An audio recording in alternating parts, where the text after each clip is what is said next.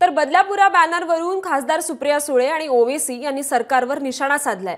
भाजप नेत्या पंकजा मुंडे यांनी काय प्रतिक्रिया दिली आहे आपण पाहूयात।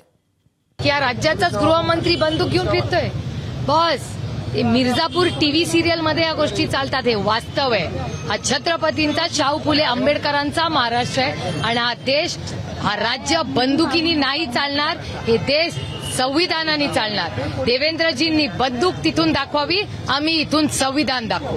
आप बदला लेकर नहीं मार सकते, आप जस्टिस करके उसकी आप कैपिटल पनिशमेंट दे सकते हो उनको, वो जस्टिस होगा।